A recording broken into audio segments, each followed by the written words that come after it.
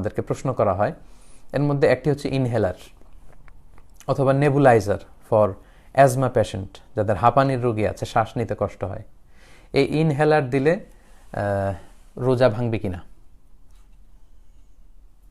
Inhaler যদি কেউ দেয় এতে করে রোজা ভাঙবে কিনা।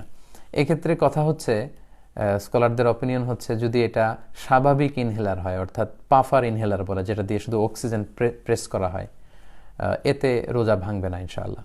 কিন্তু যদি ভ্যাপোরাইজেশন থাকে, মানে এক ধরনের ধোঁয়া যেখানে মেডিসিনের পার্টিকেল থাকে এবং এটার সমূহ সম্ভাবনা আছে পাকস্থলীর ভেতরে চলে যাওয়ার, পাশাপাশি ড্রাই পাউডার ইনহেলার, যেটাকে ডিপিআই বলে, ক্যাপসুল সেট করে তারপরে এই ইনহেলারটা ব্যবহার করতে হয়। এই জাতীয় ইনহেলার যদি হয় তাহলে এটার পার্টিকেল স্টোমাকে চলে যাওয়ার সম্ভাবনা বেশি, ফলে এতে করে রোজা ভেঙে যাবে। সো এটা একটা ডিসপিউটেড ইস্যু, স্কলারদের মধ্যে এ ব্যাপারে মতবিরোধ রয়েছে।